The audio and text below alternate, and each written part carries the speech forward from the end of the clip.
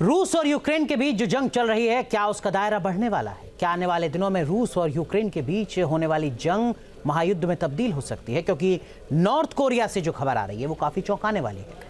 White house की तरफ से जो दावा किया गया है वो भी हैरान परेशान कर रहा है, क्योंकि नॉर्थ कोरिया के सैनिक रूस पहुंच गए और वो यूक्रेन की ओर से युद्ध में शामिल हो सकते हैं।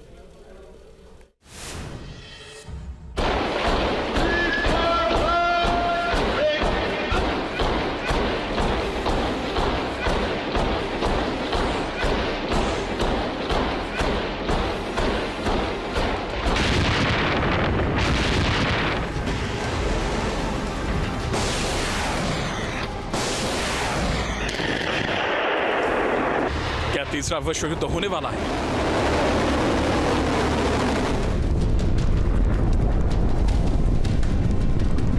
क्या किम जोंग उन कराएगा महायुद्ध?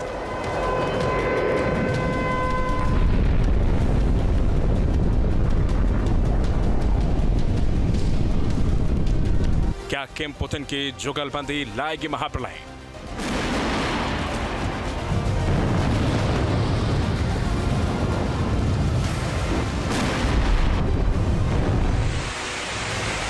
रूस और यूक्रेन की जंग को करीब 3 साल होने वाले हैं। दोनों तरफ से भीषण प्रहार हो रहा है। यूक्रेन के साथ अमेरिका और नाटो देश खड़े हैं। गोला बारूद, विध्वंसक हथियार मुहैया करा रहे हैं।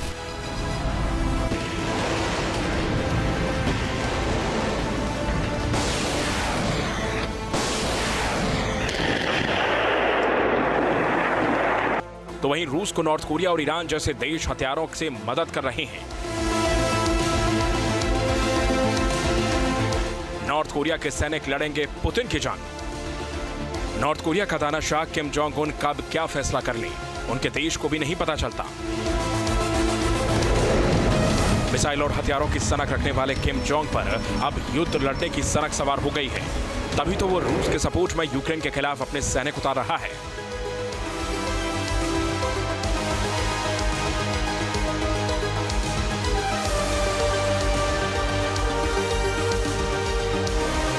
नॉर्थ कोरिया ने अब तक 3000 सैनिक रूस को भेजे हैं। बताया जा रहा है कि दिसंबर तक कुल 10,000 सैनिक रूस भेजे जाने हैं। अक्टूबर के पहले हफ्ते से ही खबर आई थी कि रूस में नॉर्थ कोरिया अपने सैनिक भेजेगा। नॉर्थ कोरिया के सैनिकों का पहला जत्था 8 अक्टूबर से 13 अक्टूबर के बीच रूस पहुंचा। बताया जा रहा है कि पहले जत्थे में 1500 नॉर्थ कोरिया के सैनिक रूस पहुंचे थे और अब 1500 और सैनिक किम ने रूस में भेजे हैं। जाहिर है अब तक नॉर्थ कोरिया के 3000 सैनिक रूस पहुंच चुके हैं। जिस तरह से नॉर्थ कोरिया सीधे तौर पर इस युद्ध में शामिल हो रहा है, बताया जा रहा है कि एक उत्तर कोरियाई सैनिक को रूस की सेवा के लिए हर महीने करीब 2000 अमेरिकी डॉलर दिए जाएंगे।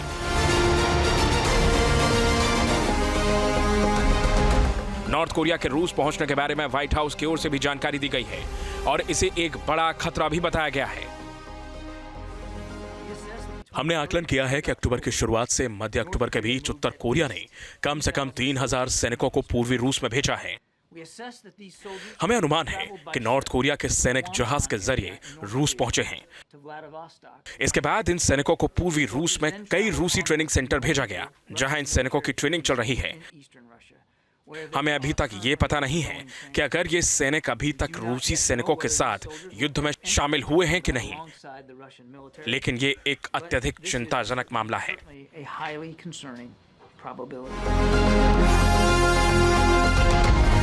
बताया जा रहा है कि नॉर्थ कोरिया के सैनिकों को वहां ड्रोन चलाने की ट्रेनिंग दी जाएगी।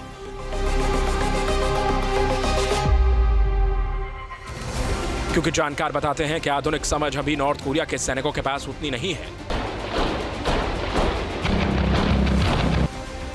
वो मिसाइल दागने में माहिर हैं, राइफल चलाने में पारंगत हैं, लेकिन ड्रोन और रोबोटिक हथियार चलाने में फिसड्डी हैं। ऐसे में रूस उन्हें ये सारी ट्रेनिंग देगा। फिलहाल तो ट्रेनिंग के नाम पर नॉर्थ कोरिया के ये सैनिक रूस पहुंचे हैं, लेकिन अगर ये ट्रेनिंग के बाद रूस और यूक्रेन की जंग में कूदे तो खतरा बढ़ जाएगा और फिर ये जंग का दायरा और भी बढ़ सकता है।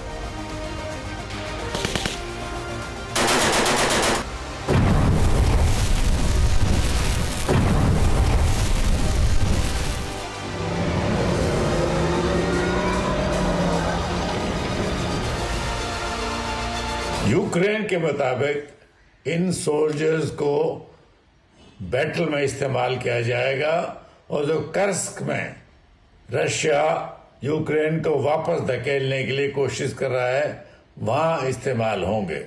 अगर नॉर्थ कोरियन सोल्जर्स यूक्रेन में आके लड़ाई में हिस्सा लेते हैं, वो कैजुअलिटी भी होंगे, तो ये लड़ाई दो तरफा यूक्रेन और रशिया के बीच नहीं बल्कि एक मल्टी डायमेंशनल हो जाएगी। अभी तक तो पर्दे के पीछे से रूस और यूक्रेन को सपोर्ट मिल रहा था। अमेरिका और उसके साथी देश यूक्रेन के साथ खड़े हैं, तो वहीं रूस को भी अमेरिका के विरोधी देशों का साथ मिल रहा है।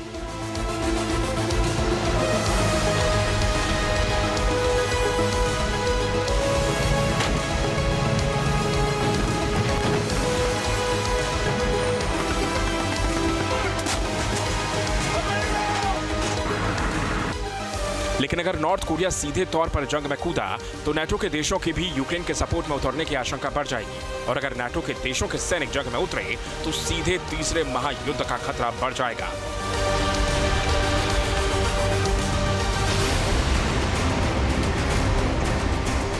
और दुनिया के बाकी देश इसी बात से डर रहे हैं कि कहीं नॉर्थ कोरिया की वजह से रूस यूक्रेन के बीच चल रहा युद्ध महाजंग में न बदल जाए।